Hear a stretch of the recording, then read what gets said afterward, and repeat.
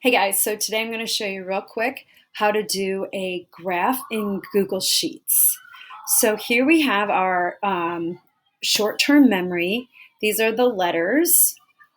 These were the total number of letters that I remembered and the total number of letters. This is what I completed. And then the chart automatically filled in my percentages. So now I want to make a graph of this chart. So what I do first is I highlight this square, hold down the shift key, then highlight this bottom right square, and you have all the data that you need for the chart highlighted. And then you can do it two ways. You could go to Insert Chart here, or you can also just click this Insert Chart. Either way.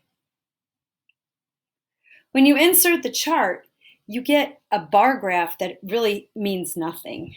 So the first thing you want to do is go here, to the column chart and change it to a line chart. Still means nothing. So for some reason, we have to go to this one here. Use column D as labels. Click that. Now we actually have the right chart.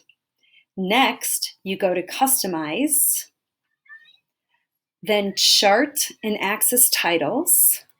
Click here, and you might have chart title first, and I'm just going to put the chart title. I'm not going to say what the chart title is. I want you guys to figure that out, so I'm going to say it's Bob. Okay, then right here, I go back and I change the horizontal axis title to whatever that is, number of letters. In this case, I'd already typed it in and tried it before. Okay, then I change the vertical axis title to percent of percent correct. There you go.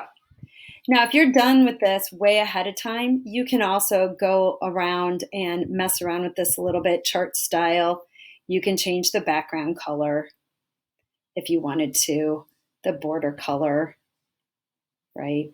You could change the fonts, right? Change it to wide, whatever. So you can mess around with it. But really, once you've done this, you've got your graph here, and you can see it. And then you just move it. You can resize it and move it. That's it.